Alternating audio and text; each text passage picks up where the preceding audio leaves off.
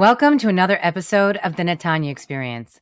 And today I'm very excited to introduce a new theme series called Behind the Service, where we look into the hospitality industry and the intersection of mental wellness.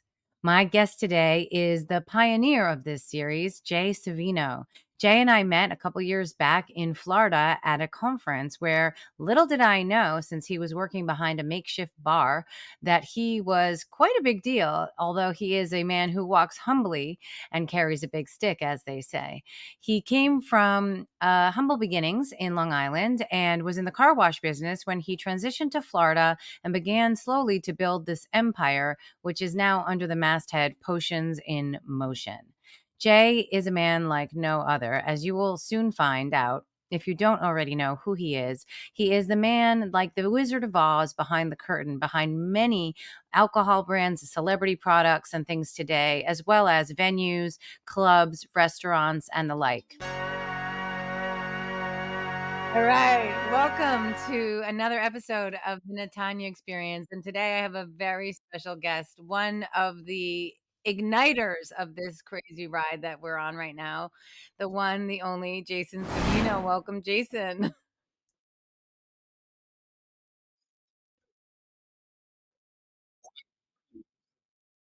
Yeah, I'm a little excited, a little nervous because anytime Jason speaks, it's the truth, but it's not sugar coated. So here we go.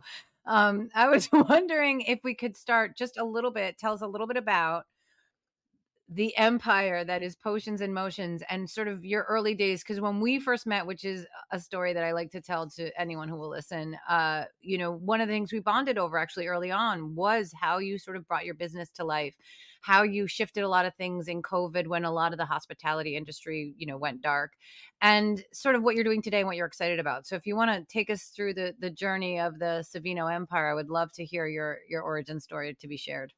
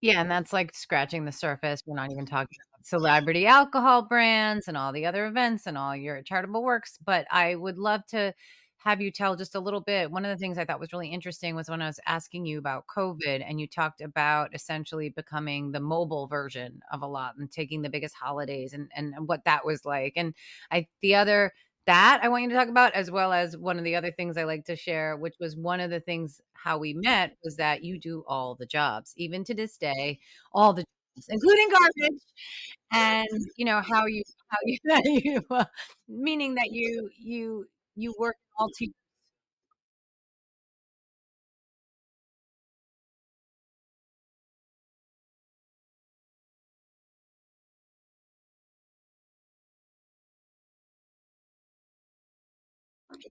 Fine intervention, Jason. For me, I don't know about for you. For me, it was amazing.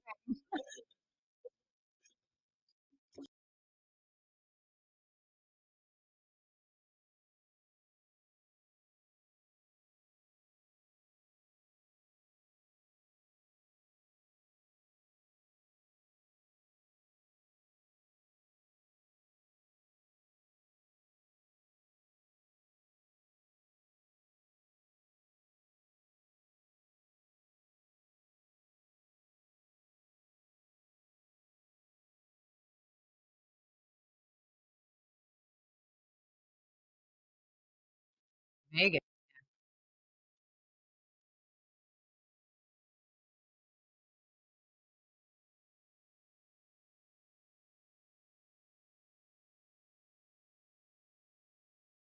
Let's shut that off. So, what was I going to say? So, when COVID came, at the time I had two restaurants and a large catering company, and about 120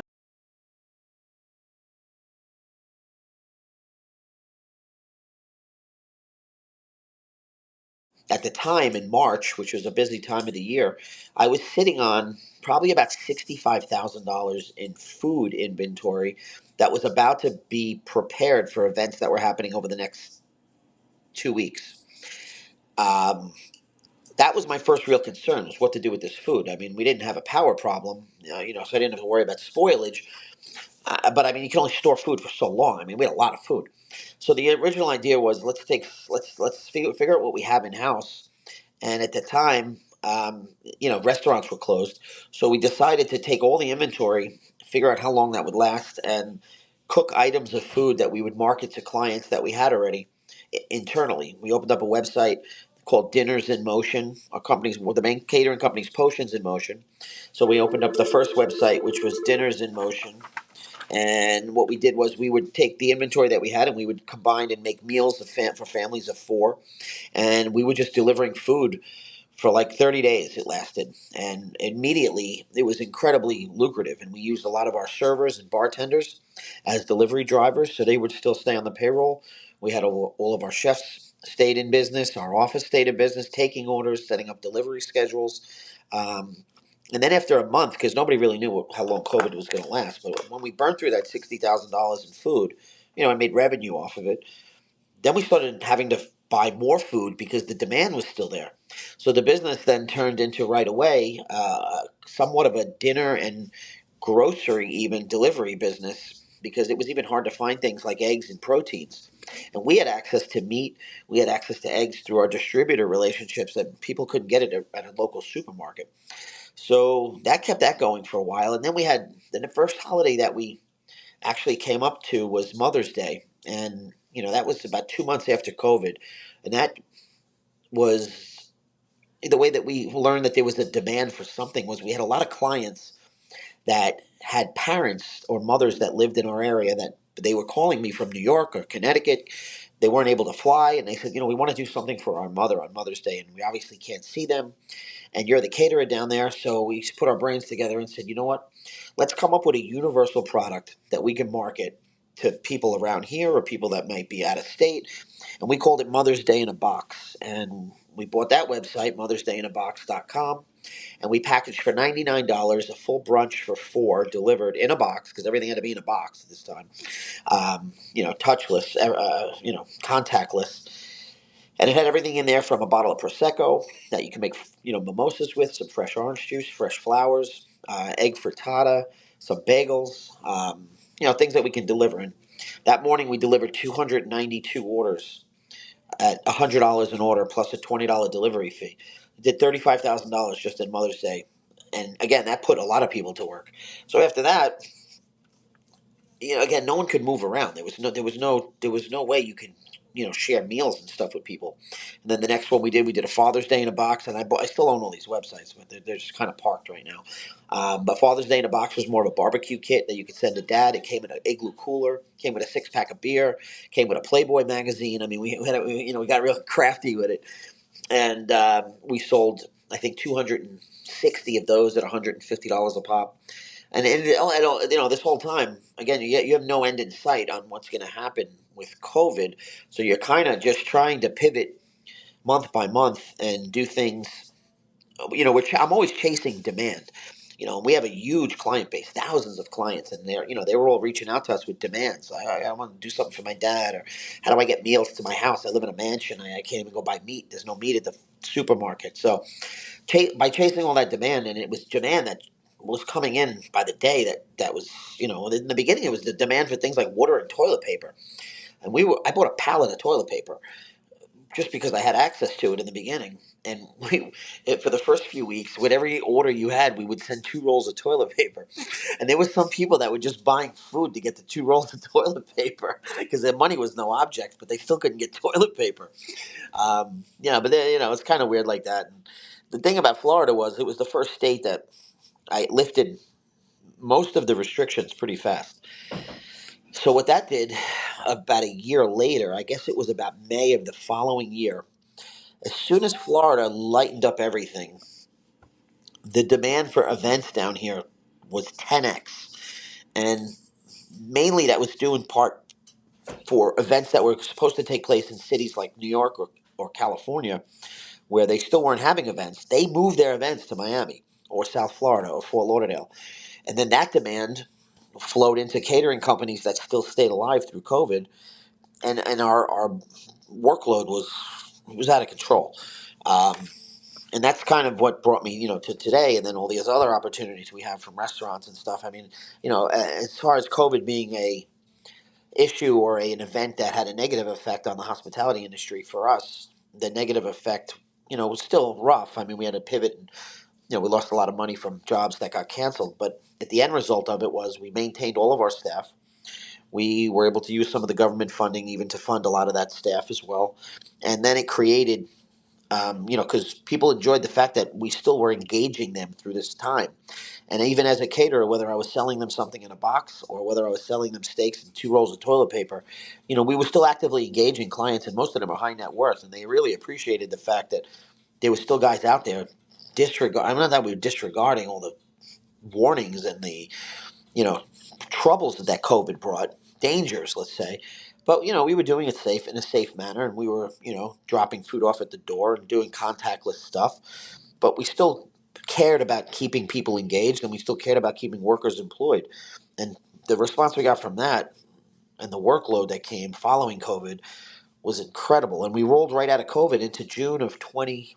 It was 2021 in June. The biggest conference of the year was the Bitcoin conference that year. It was supposed to be in San Francisco, and they moved it to Miami.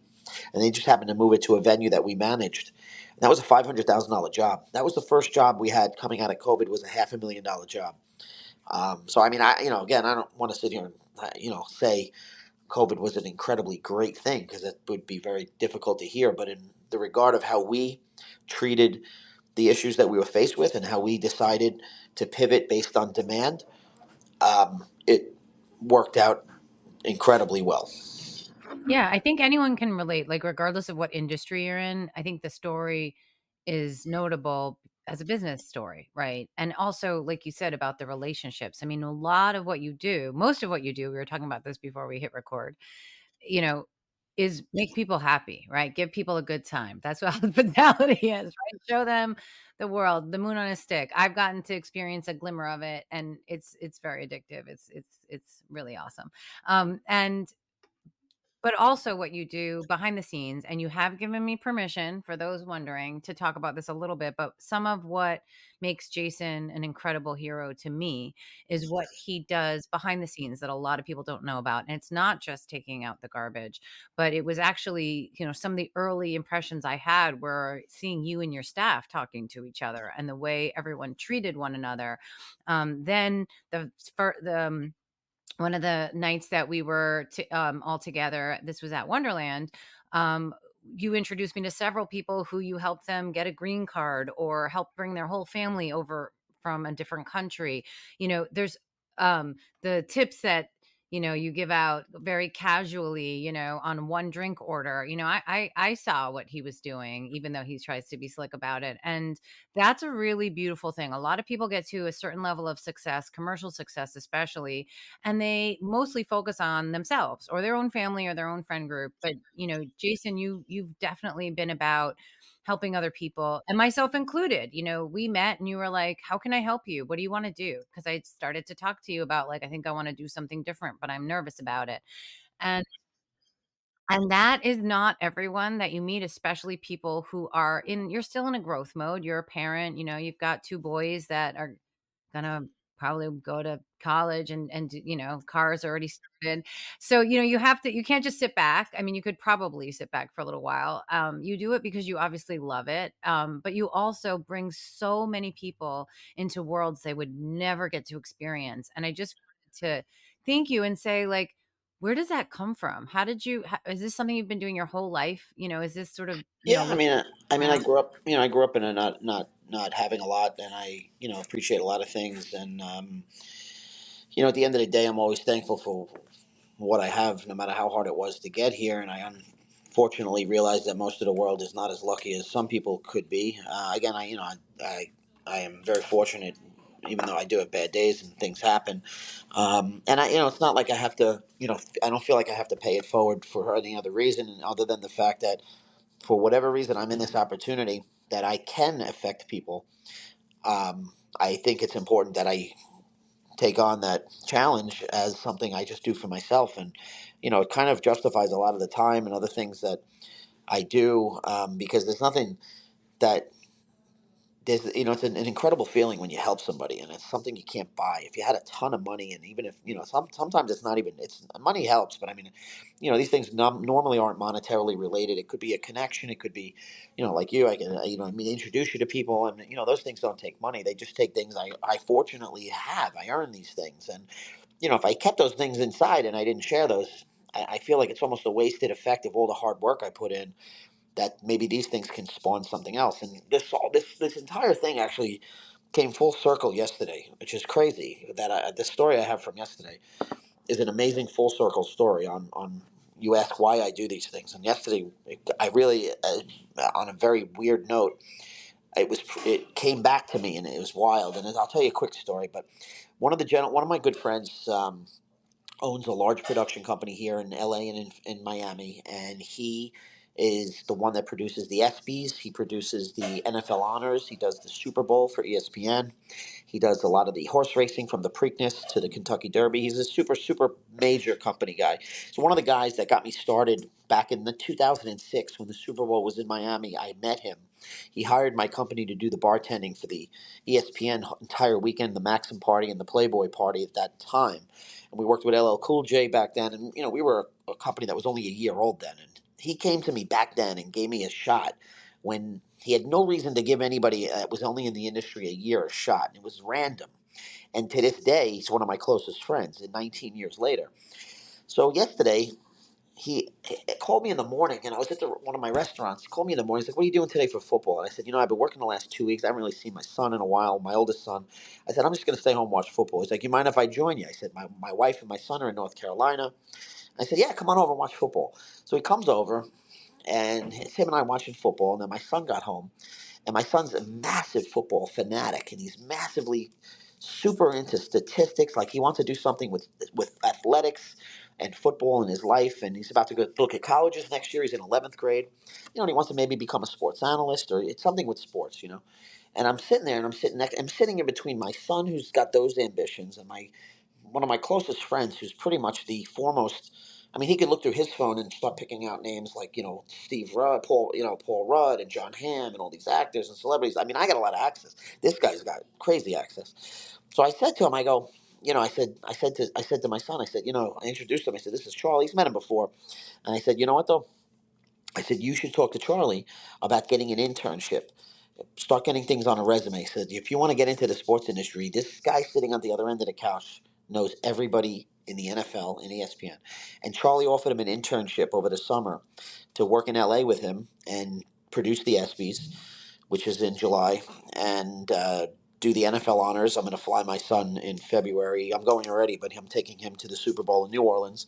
So, I mean, it's like if I didn't do all the things I did and I didn't have that opportunity to meet that guy 19 years ago, now I'm paying it forward. My 16 and a half year old son is sitting next to a guy that's probably going to shape his career and put this kid in touch with connections between the NFL and ESPN that's going to probably make this kid on TV, put him on TV one day.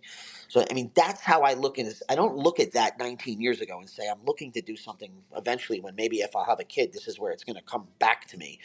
But now, when I live and I see that happen last night, it's that result that, and it's not that I always have to have a result from it, but it's Okay. It's that yeah, take it from you. It's that like kind of payout at the end that makes all of the time and effort that I put into, you know, introducing, like I introduced Natanya to a bunch of NFL players that are friends of mine.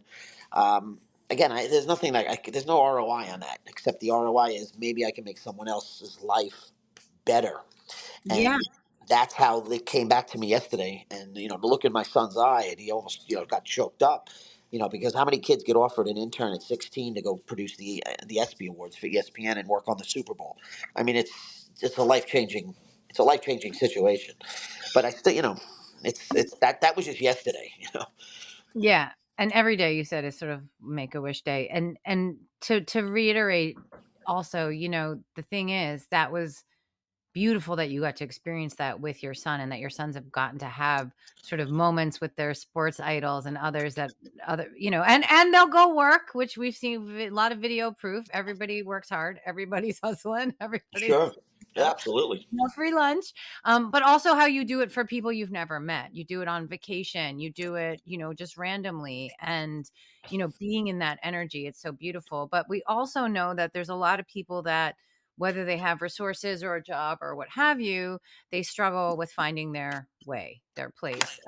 Sometimes also in an industry of excess, whether it's alcohol or drugs or whatever, that gray line gets a little fuzzy and people don't always walk that. And I know you shared a story with me recently about someone you were really trying to help out because they were struggling with their addiction, and you actually tried to hopefully motivate them in a positive way, giving them an opportunity to kind of step up and rise up to it. And unfortunately, in this particular case, it didn't quite work out, Yeah, as I had you to let I had to hoped. let him go last week. Yeah, I mean, it just And I think one of your boys was there too and had to see you do yeah, that. And so yeah, that was one of those, like, hard lessons, like, dad's a good guy, but sometimes doing everything in a fair way, but also the ripple effect of sometimes how addiction can take down everyone around you. So I wanted to know, so that's a little bit of harsh left I just made, but I wanted to know if you'd be willing to talk a little bit about some of that underbelly, like, that you see, and if that, affects, and also because that my thing, and you've been supporting me, and we're teaming up to do some stuff together to help build some awareness about mental health and support and services so that we can show up and be our best selves, but also, have a good time. And so I was wondering if you would talk a little bit about whether it be yourself or other people that you've seen sort of where this life can kind of get the better of them. yeah. I mean, I meet thousands of people a week, and there's some of them that are in and out of my lives, whether they're employees or friends or acquaintances of people I meet. And some of them I only meet for a few minutes randomly, and a lot of times I don't allow myself to get into that method of where I'm trying to, like, take the next step to do something amazing, because it is a lot of effort. It's a lot of mental effort on my part, and it's a commitment. But yeah, I learned a hard lesson the past couple of weeks, and a hard lesson is, no matter how good you are, no matter how many times you point someone in the right direction, there are powers outside of my control that I can't overcome, or I can't help people with, to the best of my resources, and again, at that point, I don't throw in the towel. At that point, I just, say my parting words and wish them the best, and I move on. I mean, I don't. You have to learn, you can't fix and help everyone. But I try, which is, I think, better than what most people do in life. I mean, and the resources I've earned and have give me a lot more opportunity to try, from financial resources to accessibility to people and connections and businesses. And I do have a lot more than the average person, and I definitely feel that if I did not refer or try to help, it's almost, again, like I didn't really do my part. If I have more access than most people have. um, I could just, again, I could just keep my mouth shut and keep going on and living my life, and I'll go home at night and be the same guy I wouldn't if I didn't help anybody. But it does there is something that comes from the gratification of when you watch someone's life get changed, and knowing that you're responsible for that, and it's an internal gratification. This is not something you usually broadcast, because most of Yeah, these and you don't situations are actually private typically like situations. to talk about it, so thank you. I know you're very Yeah, I humble, mean, I don't and use you're very people's private names. about it. Yeah, I know. yeah, because you can see how something like this could be turned around, where a celebrity's doing things in a donation or a help out, and they're using it for other reasons, and that's fine too. I mean, if you want to market your generosity, that's your prerogative. But I don't have any.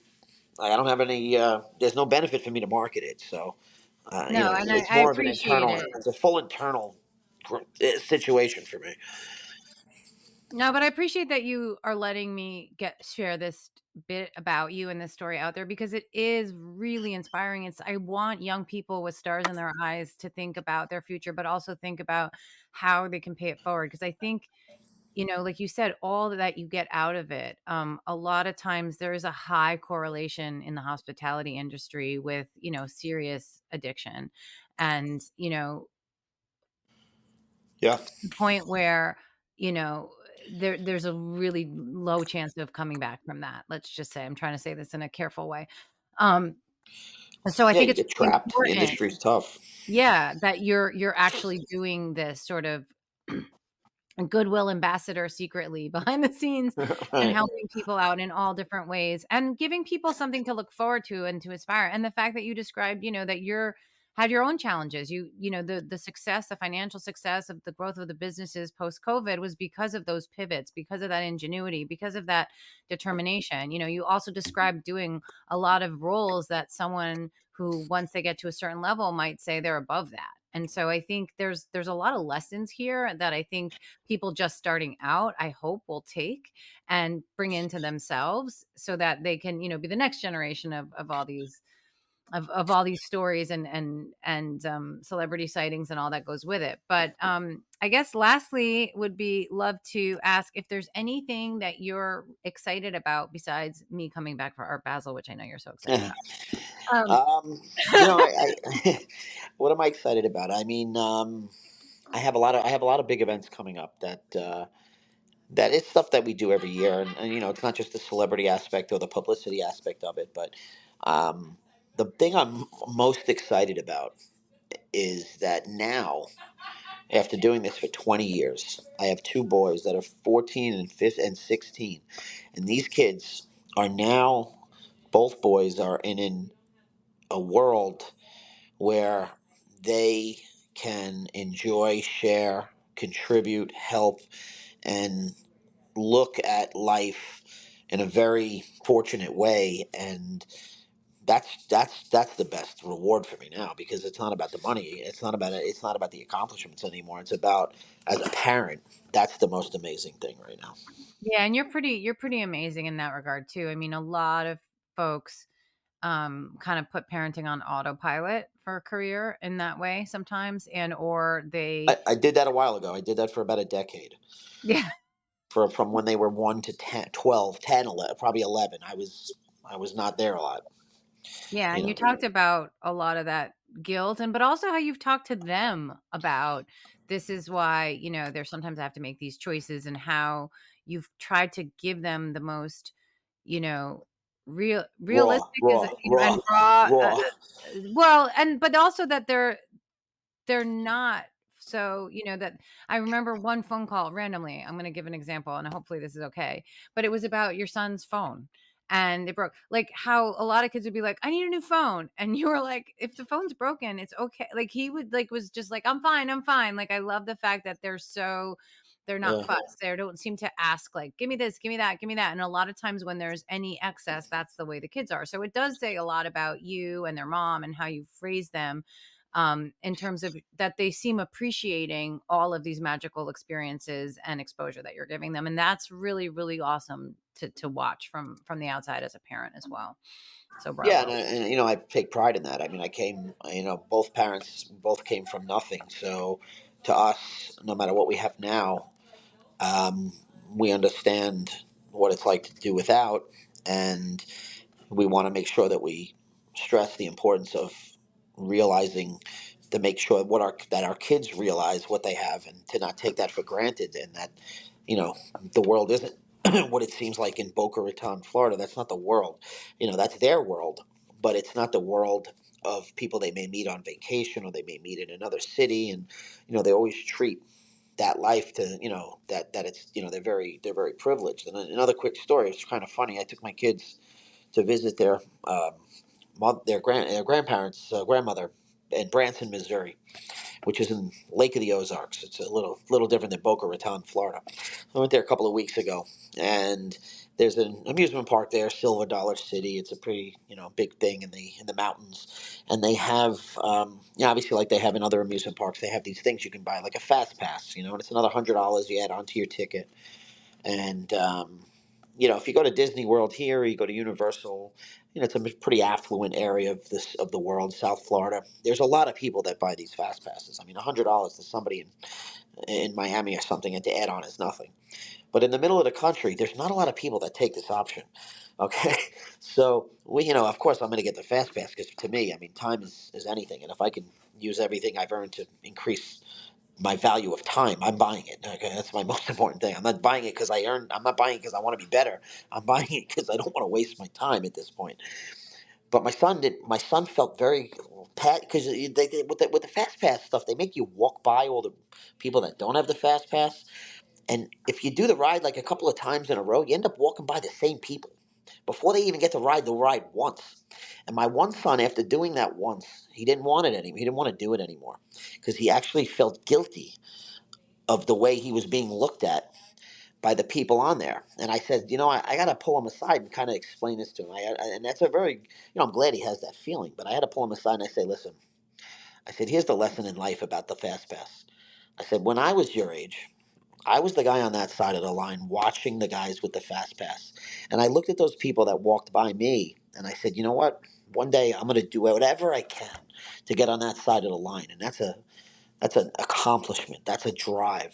That's that was a goal. A motivator, yeah. And I said, yes, you could feel of something for people that don't have that opportunity or don't have those um, resources, and that's fine. But you should never feel bad about somebody that took a situation and got somewhere from hard work, and now they're in that position. I said you should be proud of that. So you got to feel emotions on both sides, and I understood that, and I explained that to him. I said, just I don't. You got to have a little bit of guilt just because you feel bad, but you should be very proud of the fact that you know you can do this and you can accomplish things and you can get to the fast pass line. I mean, it was a weird example, but it was real life because he didn't want to keep doing it. No, I mean, And and again, that but that says a lot about the kind of kids you raised, and that's all I was trying to say, right, too. The fact that they even noticed. yeah, The fact no, that that, they that noticed that's and that's a and good didn't it's a want good to thing. hear that they're better or to make other people feel, Yeah, angry with them for their for their access, and that's yeah, and I understand, and you're balancing it, and the other thing is, to them, they didn't quote unquote "earn it," you did. And so that's, just saying. So, but right. it is actually a really good example, a really nice example, because the fact that he even picked up on that, in general, Yeah, it's great. stereotypical teenage boys, like that's really amazing. And Yeah, yeah, you couldn't have given a it better was a good. example, It was a good actually. moment. It was a good moment. Yeah, and they're like that in so many ways, in so many stories. Yeah, And this is just a new relationship. So I'm so glad you shared those things, and I'm so excited about all the fun stuff that we're going to be doing and all the stories with Jason's permission that I am capturing because they're wild. sure. Um, and they often are really interesting examples of how we show up in the world, how we move through the world, and how we can help each other. And it doesn't really take much sometimes to do that. So this was awesome. Thank you so much, Jason Savino, for You're hanging welcome. Anytime. making time in your busy day. Anytime. Thanks for And thinking about me and including me in your life of this. And I know we're gonna have I have a lot of other great ideas and stuff, especially when you come down in December. I have some great collaborations and stuff we can do, and we'll discuss those off the grid. And it'll be a night. You're coming in a very busy time, so there's gonna be a lot of stuff going on. It's gonna be a I great know, I great know. week. And I do have to mention one last plug for Create It Labs that we're going to be supporting, because that is um, the largest makerspace in New Jersey, and it is a nonprofit and for-profit business. But they appeal to, I think, Jason's early industrial days in the in from your old life, because these are programs that help bring back the trades, basically, right? So we have woodworking, metalworking, robotics, computer 3D printing. People can learn how to do basics to get ahead in life if you're in recovery or you had a bad spot or you just want to try something new. And, we're trying to, just help people feel useful and important and part of something bigger. So thank you for that. Thank you for your support. Thank you for being so much fun, and have a great rest of your day. Thank you. Nice seeing you again. All All right. right. At the Natanya Experience, we believe we can all rise above challenges, heal, and shine together. And so we give big thanks to our amazing partners who share our vision of universal health and happiness.